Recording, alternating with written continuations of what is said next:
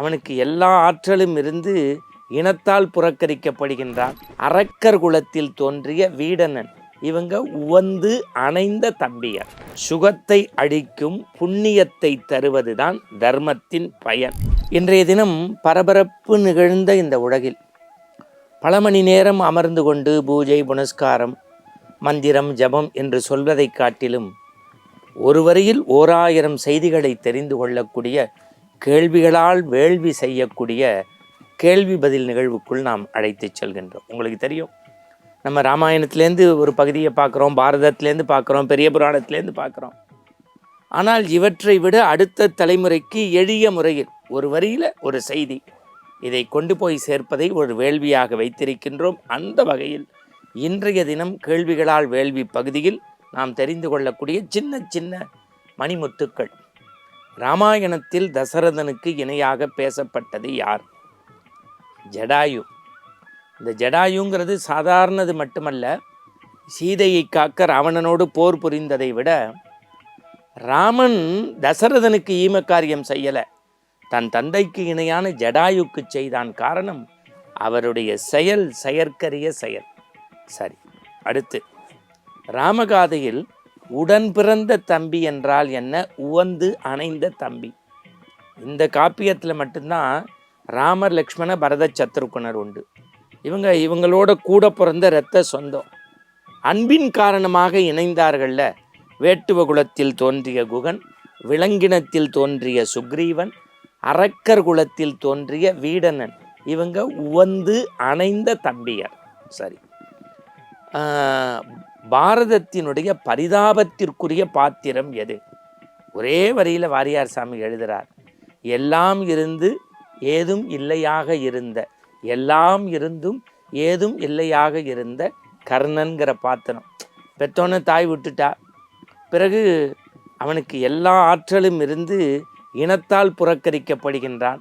பிறகு கொடை கொடுத்த பிறகும் வஞ்சிக்கப்படுகின்றான். இப்படி வாழ்க்கை முழுவதும் எல்லோருடைய நெஞ்சத்திலும் கனத்த இதய பாத்திரமாக விளங்கிய கர்ணன் தான் பாரதத்தின் பரிதாபத்திற்குரிய பாத்திரம். 12ஆம் திருமுறை அது. இதை ஒரே வரியில் அழகா கீரன் சொல்கிறார். தெய்வ சேக்கிடாரின் பெரிய புராணம் நாம் நினைவில் வைத்து கொள்ளக்கூடிய 12ஆம் திருமுறை. ஆதிசங்கரனுடைய அவதார தலம். அவர் உலகம் முழுக்க பயணப்பட்டாலும் அவர் பிறந்த காலடி கேரளா தான் அவருடைய அவதார தலம். புராணங்கள் இதிகாசங்கள் எத்தனை? புராணங்கள் 18, இதிகாசங்கள் 2. தர்மத்தின் பயன் என்ன? சுகத்தை அளிக்கும் புண்ணியத்தை தருவதுதான் தர்மத்தின் பயன். யுகம் எத்தனை? அதை வேறுபடுத்தி காட்டு. பொதுவாக யுகத்தை 4 வகையாக நம்ம பிரிக்கிறோம்.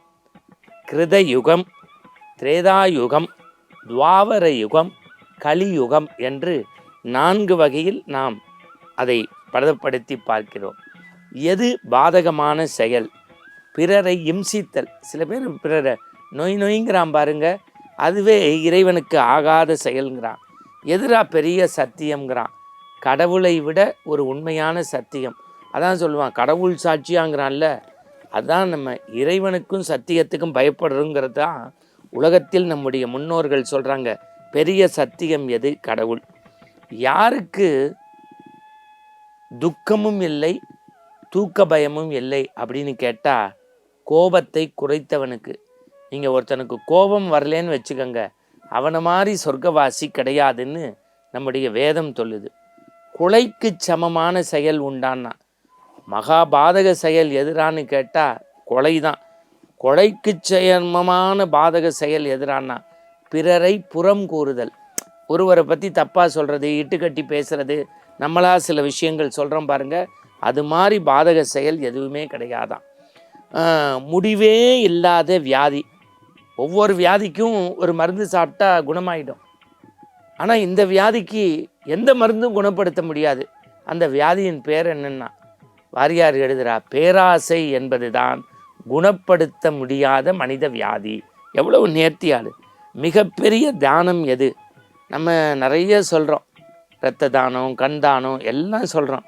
உலகத்திலேயே ஒப்பு உயர்வற்றது அன்னதானம் அப்படின்னு ரமண மகரிஷி எழுதுகிறார். அதனால்தான் உலகத்தின் சிறந்த தானம் எது? அன்னதானம். அதனால்தான் தமிழ் சமூகம் உப்பிட்டவரை உள்ளளவும் நினை, உண்டக வீட்டுக்கு ரெண்டகம் செய்யாதே. இன்னும் சொல்ல போனால் நம்முடைய இதிகாச காப்பியங்களில் இந்த கர்ணன், கும்பகர்ணன் இவங்கெல்லாம் செஞ்சோற்று கடன், சாப்பிட்டதுக்கு நன்றி கடன் செலுத்திய பாத்திரமாக நம்முடைய சமய இலக்கியங்கள், பக்தி இலக்கியங்கள் படைத்து வைத்திருக்கிறது. யாரா உண்மையான பணக்காரன்னு கேட்குறாங்க. பிறரிடத்தில் கடன் வாங்காமல் வாழ்பவன் தான் உண்மையான பணக்காரன். நம்ம நினைக்கிறோம் இறைவனுடைய நாமத்தை சொல்ல அது வேணும் இது வேணும்னு நம்ம நினைக்கிறோம். ஒன்றும் வேண்டாம். இந்த தர்ம நெறிப்படி கேள்விகளை கேட்டு பதிலை பெறக்கூடிய இந்த விஷயத்தை உள்வாங்கி இந்த அறம்படி வாழ்வது தான் உண்மையான தர்ம வாழ்க்கை. மீண்டும் நற்சிந்தனையோடு நாளை சந்திப்போம். வணக்கம்.